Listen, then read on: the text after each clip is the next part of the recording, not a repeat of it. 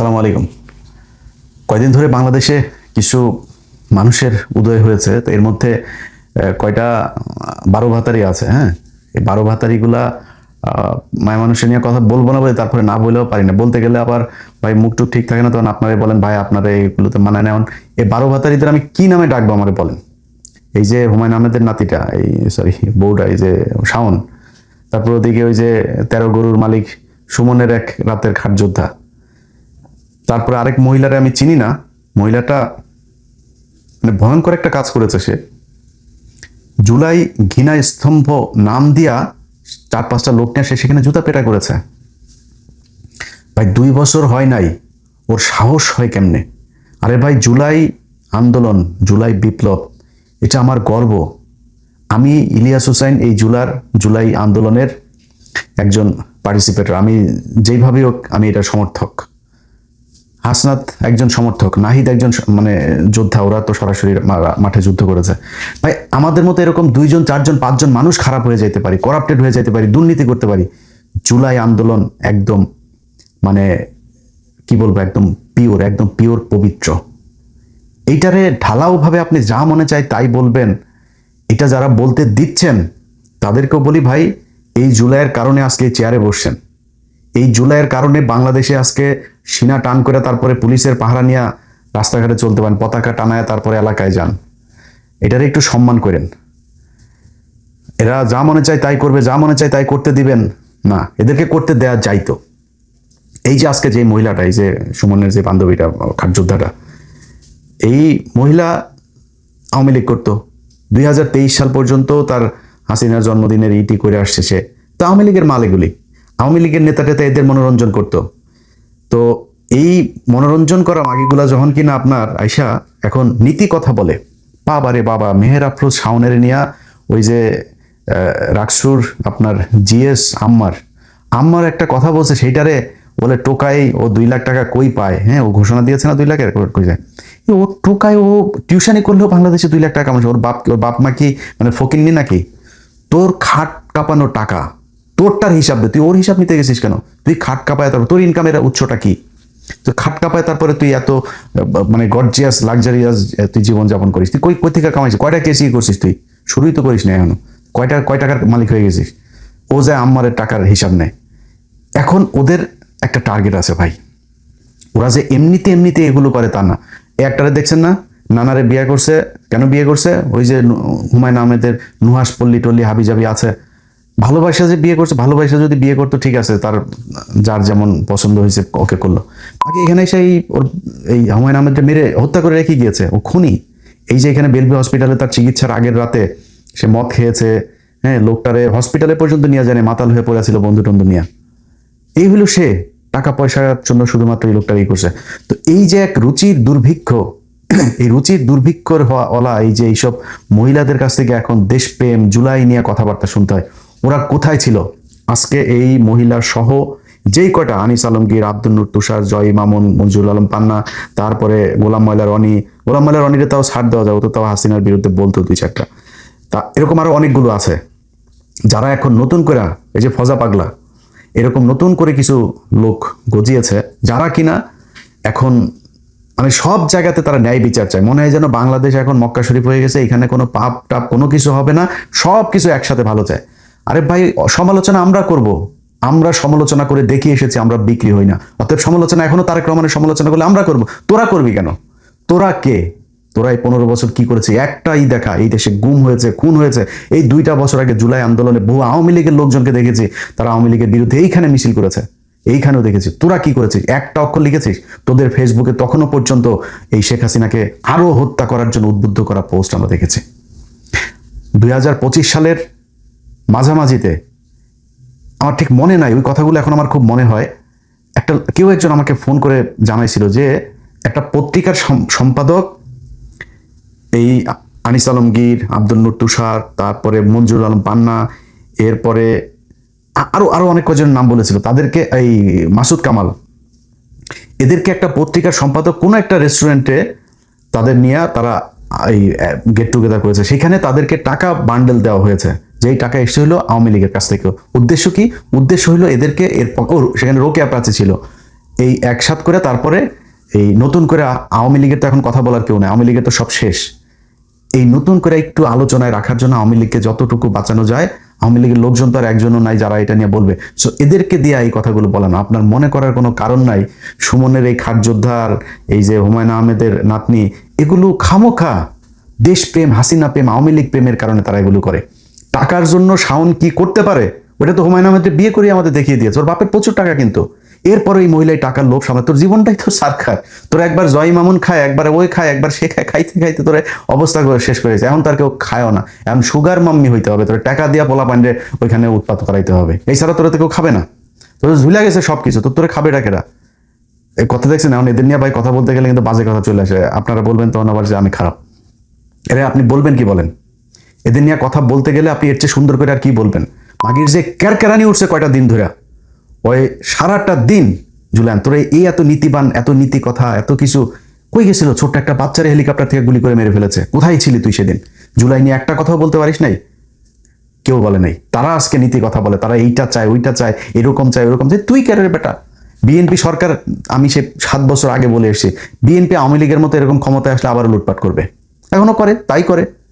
কিন্তু এই গেল 2 বছরে বিএনপির 6 মাসের কথাও যদি ধরি, একটা মানুষ গুম হয়েছে, একটা মানুষ ক্রস ফায়ারে মারা গিয়েছে, একটা মানুষ খুন হয়েছে। কোথায়?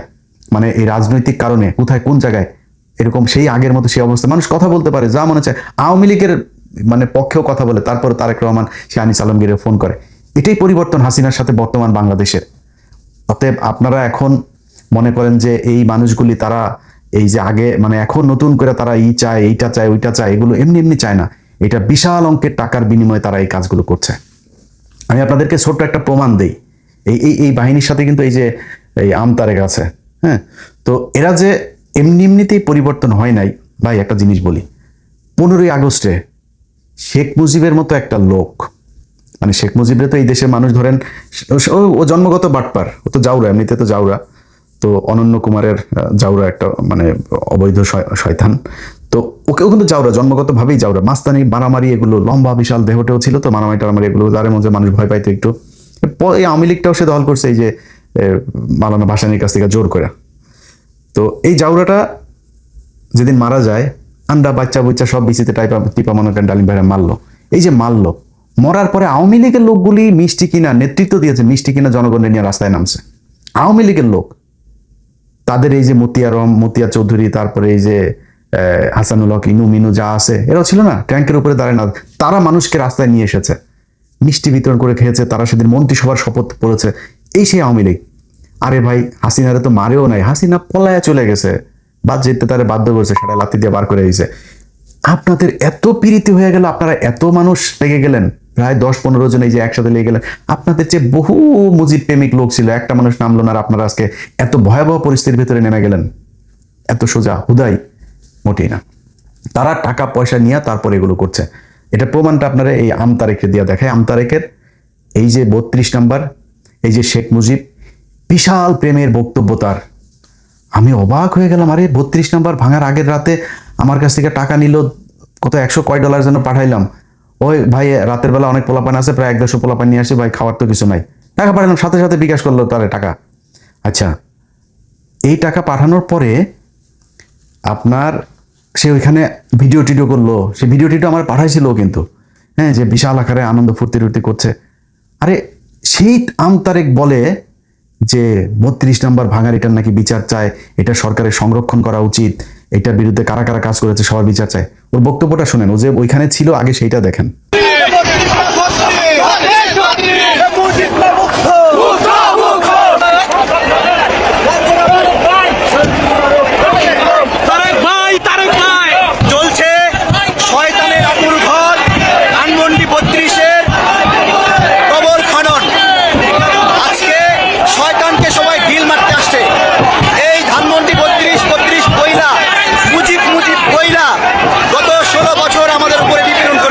আচ্ছা, এইবার চলেন ওর যে পরে ও কি বলে দেখেন। এই 32 নাম্বার ভাঙা নিয়ে ওর আবার বক্তব্য কেমনে পাল্টায় গেছে শুনেন একটু। ধানমন্ডি 32 ভাঙার যে কার্যক্রম, এটা যে ভুল, এই স্টেটমেন্টটা জুলাই আন্দোলনে অংশ নেওয়া আমার মুখ থেকে প্রথম আসে। খুব ভালো হবে যে ধানমন্ডি 32 রিস্টোরেশনের কাজ এখনই শুরু করা, এটা নতুন করে আবার পুনর্গঠন করা দরকার, আগের অবয়বে ফিরে এসে দরকার। আমি চলে গেছি কোথায়?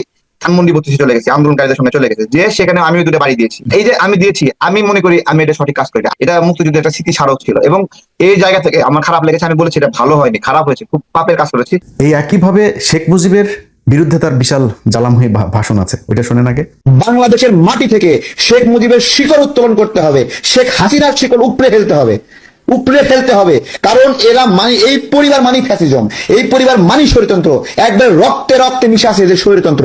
এই শেখ পরিবারের কারো বাংলাদেশে রাজনীতি করার অধিকার নাই। আসিফ নজরুল স্যারকে বলবো, হয় শেখ মুজিবের ছবি সরান, আর না হয় শেখ মুজিবের মূর্তি ভাঙ্গার জন্য ছাত্র জনতাকে ফাঁসি দেন, যে কোনো একটা করেন, একটা করেন। ওইটাও বৈধ, মূর্তি ভাঙাও বৈধ, দুটোতে একসঙ্গে বৈধ হতে পারে না। আমি আজকে থেকে এখন থেকে সকল দপ্তর থেকে শেখ মুজিবের সব ছবি ছড়াই ফেলার জন্য অনুরোধ করছি, দাবি জানাচ্ছি।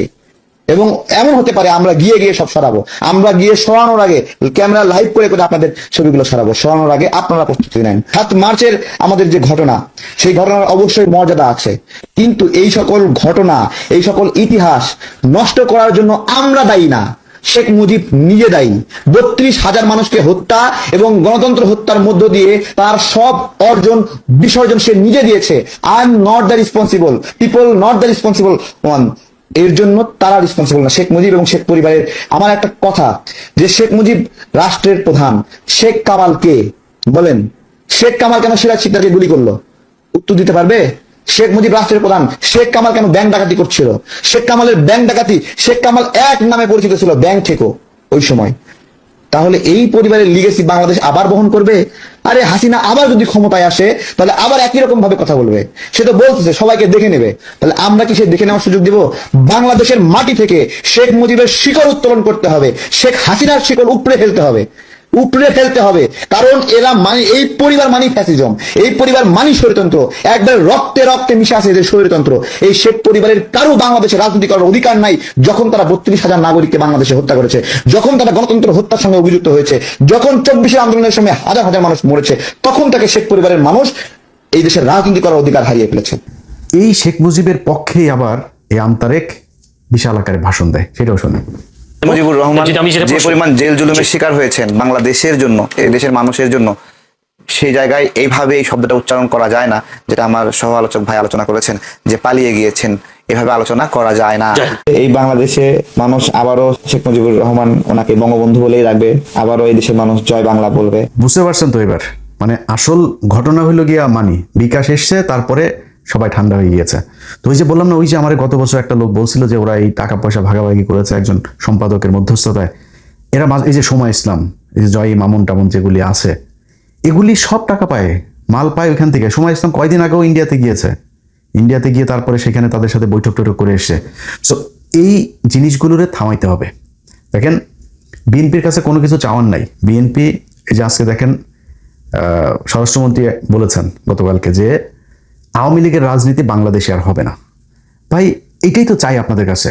এই যে নির্বাচনের আগে আপনাদের বিরুদ্ধে কথা বলেছি, কয়দিন আগে আপনাদের বিরুদ্ধে কথা বলছি, গেল 1.5 বছর ইউনূসের পুরা সরকারটার সময় বিএনপির গুণগান করে এসেছি, বিএনপির চাঁদাবাজি করে ধরা পড়ার পরে সেগুলো কাউন্টার দিয়েছি, যে ইজারা নিয়ে তারপরে এই যে চাঁদাবাজি বলেছে, যে তো বললো যে একটা হাট আওয়ামী লীগ চলে গিয়েছে, তো এখন ইজারা কারা নিবে? এখন তো বিএনপি নিবে ইজারা, সেটা তো তাদের তো এখন আইন মানে ইয়েভাবে নিয়মতান্ত্রিকভাবে করার মতো সময় তো নাই, হাট তো আর বসে থাকবে না, তারা গিয়েছে, এখন সেটারে বানানো হচ্ছে চাঁদাবাজি। এইভাবেও কাউন্টার দিয়েছে।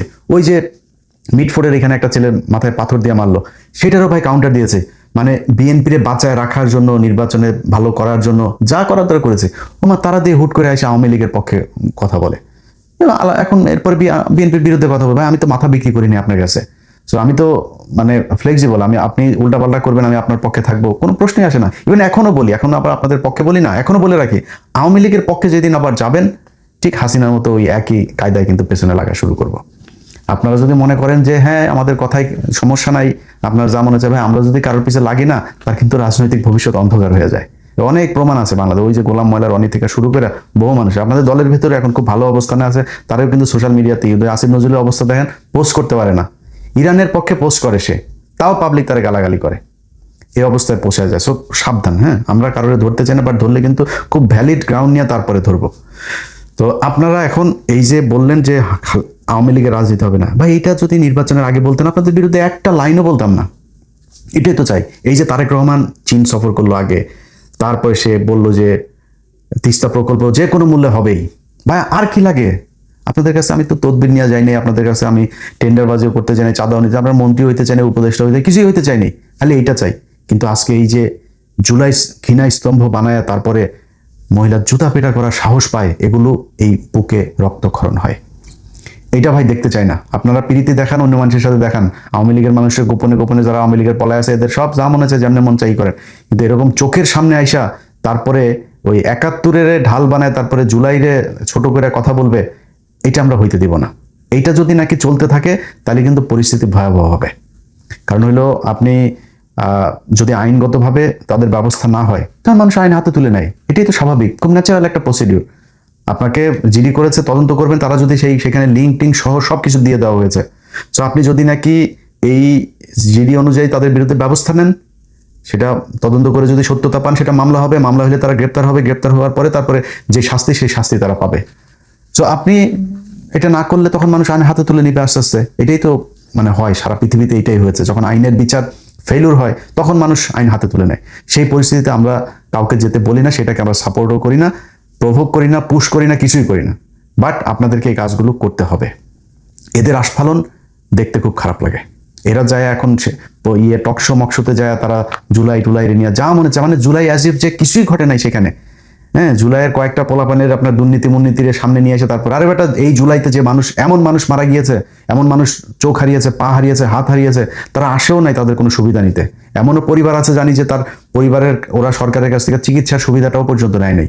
তারা নিজের দেশপ্রেম থেকে, ইমানের থেকে তারপরে তারা সেদিন রক্ত দিয়েছে, জীবন দিয়েছে। এত সহজ না এটা, একদম মানে কি বলবো যে সবচেয়ে পবিত্র, আমার জীবনে দেখা সবচেয়ে পবিত্র একটা সংগ্রামের মধ্যে একটা হচ্ছে এই জুলাই সংগ্রাম। তুই বেটা জুলাই লেখা তারপরে সিডিআই লেখিস, তো জুলাই সিডিআই ওখানে বসে বসে লেখা তো লাভ নাই। তুই জুলাই সিডিআই লিখবে, আমরা হাসিনা সিডিআই লিখবো, মুজিব সিডিআই লিখবো, রাসেল সিডিআই লিখবো, কামাল সিডিআই লিখবো,